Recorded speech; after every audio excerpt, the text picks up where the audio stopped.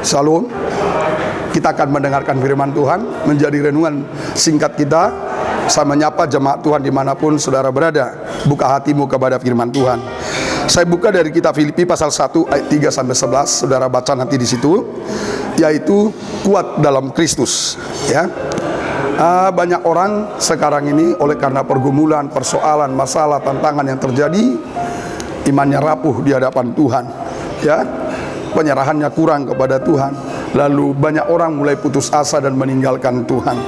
Dalam cerita Filipi pasal 1 ayat 3-11 kita menemukan Rasul Paulus yang ada di dalam penjara. Dia justru yang menasehati, menguatkan jemaat di Filipi supaya tetap kuat di dalam Kristus.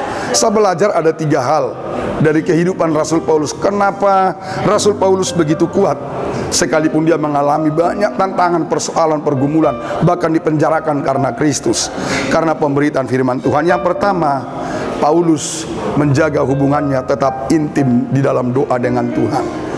Paulus tetap melekat dengan Tuhan sekalipun di masa-masa sulit, di masa-masa sukar kehidupannya. Seringkali kita pikir doa itu hanya berkata-kata dengan Tuhan, tapi saya mengatakan doa itu adalah keintiman dengan Tuhan. Itu yang pertama, yaitu yang membuat Paulus kuat dalam Tuhan, yaitu tetap hidup dalam doa intim dengan Tuhan.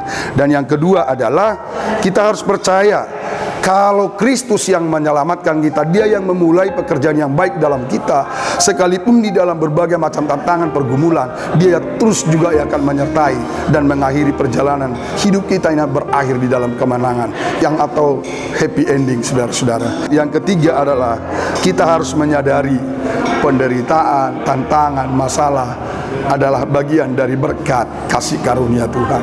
Karena berkat itu bukan hanya hal-hal yang baik, tapi segala sesuatu yang membuat kita makin melekat dengan Tuhan, makin dekat dengan Tuhan.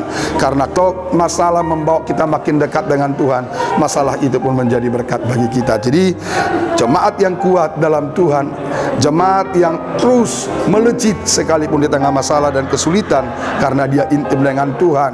Ya, yang kedua tadi, karena dia menyadari penderitaan itu bagian dari kasih karunia Tuhan dan hidup yang berserah kepada Tuhan. Tuhan Yesus memberkati.